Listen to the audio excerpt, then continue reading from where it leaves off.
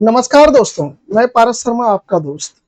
अक्सर हमारे कुछ मित्र जो एनपीएस में पैसा इन्वेस्ट करते हैं, उनका क्वेश्चन आता है कि पार्शियल विड्रॉ अगर कर रहे हैं तो हमें कितना अमाउंट करना चाहिए, किस पर्पज से करना चाहिए, टैक्सेबिलिटी का क्या होगा। तो जैसा मैं जानता हूं, जहां तक मुझे नॉलेज है उसके हिसाब से मैं बताने का कोशिश करता हूं। तो दोस्तों, नेशनल पेंशन स्कीम में जो है पैसा वास्तव में बनाया गया पेंशन के लिए, यानी कि 60 साल के बाद निकालने के लिए। उसमें भी 60 साल के बाद आप 60% ही अपने में निकाल सकते हैं और 40% एन्युटी के रूप में ले सकते हैं। लेकिन फिर भी बहुत सारे ऐसी जरूरतें होती है जो अचानक से आ जाती है और हमें जो है पार्शियल विड्रॉल करना आवश्यक हो जाता है। तो इस केस में बोलता है टैक्सेबिलिटी का क्या सिस्टम है, और वो तो आइए हम देखते हैं।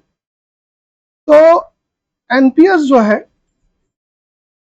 नेशनल पेंशन स्कीम से अगर पार्शियल विड्रॉल पर जो करते हैं उस पर टैक्स का जो असर होता है वो इस बात पे निर्भर करता है कि आप किस उद्देश्य से पैसा निकाल रहे हैं और कितना निकाल रहे हैं। अगर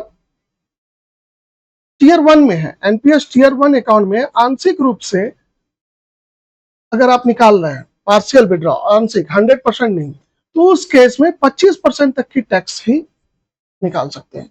मतलब 25% तक ही पैसा आप निकाल सकते हैं, यानी कि सेल्फ कंट्रीब्यूशन आपने जो किया है उसका 25% से अधिक नहीं होना चाहिए एक साल के अंदर, ठीक है। और वो जो होता है कुछ निर्दिष्ट मानने के लिए, यह निकासी केवल स्वयं की योगदान के लिए ही होगा, ना कि पूरे फंड का, ठीक है। इसका क्या रूल है तो ये देख लेते हैं। तो कहता है यदि निकासी उद्देश्य, योग्य उद्देश्य जो है, हमारे 4 उद्देश्य होता है। पहला होता है बच्चों की शादी, है ना, बच्चों की शादी और बच्चों का पढ़ाई। इसके लिए अगर निकलवा रहे हैं तो आपको छूट मिलेगी, टैक्स नहीं लगेगा।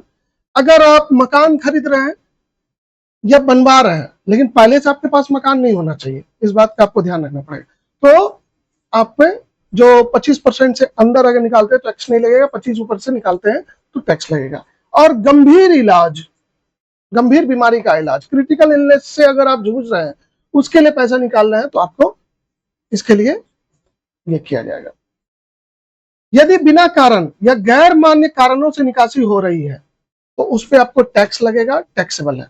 यदि एनपीएस के नियमों के अनुसार, है ना, उपर्युक्त जो उद्देश्य है, ये 4 उद्देश्य, बिटिया की शादी, बेटे की शादी, बच्चों की पढ़ाई और मकान खरीदना और गंभीर बीमारी, ये जो है 4 चीजें हैं। बच्चों की शादी, बच्चों की पढ़ाई, मकान खरीदना या बनाना जो अगर पहले से नहीं है, और गंभीर बीमारी के केस में अगर आप निकाल रहे हैं तो टैक्सेबल मानी जाएगी। वैसे पहले भी हम लोग जानते ही हैं कि 60 साल की उम्र के बाद से ही एनपीएस आप विड्रॉल करते हैं, जिसमें 60% ही कॉर्पस जो होता है टैक्स फ्री होता है और 40% आपको अनिवार्य रूप से एन्युटी खरीदना पड़ता है। टीडीएस का क्या प्रभाव रहेगा? तो आमतौर पे एनपीएस जो होता है पार्शियल विड्रॉल पर कोई टीडीएस नहीं करता है। अगर पूरी निकासी किया जाए तब टैक्सेबल कैटेगरी में आ जाता है और उस पर टैक्स देना पड़ेगा, ठीक, और उस पर टीडीएस भी कर जाएगा। तो हमें क्या करना चाहिए? अब क्वेश्चन आता है कि हमें क्या करना चाहिए। तो अगर आप पार्शियल विड्रॉ की सोच रहे हैं तो सबसे पहले ये सुनिश्चित करें कि वो टैक्स फ्री कैटेगरी में आता है या नहीं। समझ रहे हैं? यदि नहीं आता है तो सामान्य आयकर स्लैब के अनुसार आपको टैक्स देना पड़ेगा। अगर वो टैक्सेबल टैक्स फ्री के कैटेगरी में नहीं आता है तो सामान्य रूप से उसको इनकम माना जाएगा सैलरी का, और आपको उस पर टैक्स देना पड़ेगा, है ना, इनकम फ्रॉम अदर सोर्सेस या तो सैलरी पार्ट। और 60 साल की उम्र का इंतजार करने से पूरा का पूरा टैक्स बच जाएगा। कोई चाहता है कि मेरा पूरा का पूरा टैक्स बच जाए, तब तो फिर 60 साल की उम्र है। एग्जाम्पल के साथ समझाते हैं आपको। मान लिए अब तक आप 10 लाख रुपया टीयर 1 अकाउंट में जमा किया, ठीक है, तो 25% कितना होता है? 2.5 लाख रुपया। और ये जो है बच्चों की पढ़ाई के लिए आप निकाल रहे हैं। तो ये 4 कैटेगरी जो है, बिटिया की शादी, बच्चों की शादी बोल सकते हैं, बच्चों की पढ़ाई और मकान बनाना, और चौथा आपका गंभीर बीमारी के केस में, तो उसमें ये चारों में से एक तो फॉल कर जाता है। तो इस स्थिति में 2.5 लाख जो होगा वो टैक्स फ्री होगा।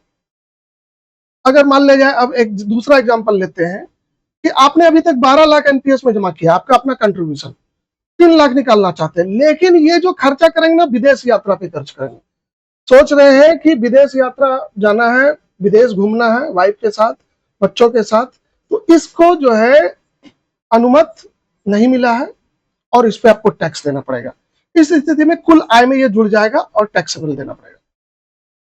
ठीक है, टेबुलर फॉर्मेट में एक बार और समझाने की कोशिश करते हैं। एग्जांपल, मान लीजिए आपका 10 लाख रुपए है और 2.5 लाख रुपए आप निकालना चाहते हैं, और किस कारण से, तो बच्चों की शादी, तो टैक्स फ्री। मान लिया आपने 12 लाख रुपए जमा किया है और उससे 3 लाख यानी कि 25% है, लेकिन ये क्या कारण है, विदेश यात्रा, तो टैक्स देना पड़ेगा। इसमें क्या करना पड़ेगा, टैक्स देना पड़ेगा। मान लिया 8 लाख है, तो 8 लाख का 25% कितना होता है, 2 लाख। ठीक है, और आप 1.5 लाख निकालते हैं और गंभीर इलाज का बीमारी के, तो टैक्स फ्री हो जाएगा, क्योंकि अप टू 2 लाख तक हम लोग निकाल सकते हैं। 9 लाख है, तो 9 लाख का 25% 2.25 लाख होता है, आप 2 लाख ही निकाल रहे हैं कार खरीदने के लिए। ये 4 में से कैटेगरी में से एक नहीं निकला, इसीलिए टैक्स। तो निकासी सिंपल भाषा में हमने आपको समझाया कि सेल्फ कंट्रीब्यूशन का 25% तक ही हो सकता है, पहला। दूसरा, टैक्स फ्री विड्रॉल तभी होगा जब वो 4 कैटेगरी में गिरेगा, और अगर ये नहीं है तो आपके इनकम टैक्स में जुड़ जाएगा। बाकी जो भी है, इनकम टैक्स भरने के टाइम में आप रिटर्न भरेंगे, टैक्स देंगे, है ना। मेरा नंबर है 970-960-2222। आपका दोस्त पारस कुमार शर्मा। आप इसके बारे में जानकारी और भी ले सकते हैं व्हाट्सएप के थ्रू, और कमेंट बॉक्स में आप लिख सकते हैं। और हाँ दोस्तों, मेरा ये जो चैनल है इसे सब्सक्राइब जरूर करें, फॉरवर्ड सब लोगों को करें, ताकि एक से एक आप लोग को इसी तरह फिनेंशियल प्लानिंग के बारे में आपको मिलते रहे। ठीक है, धन्यवाद। मैं अभी कोलकाता में हूँ, अपना इलाज करवा रहा हूँ किडनी ट्रांसप्लांट का, तो थोड़ा सा कष्ट है, फिर जल्दी ठीक हो जाएंगे। बाकी सब महादेव पे छोड़ देते हैं। बोलिए हर हर महादेव।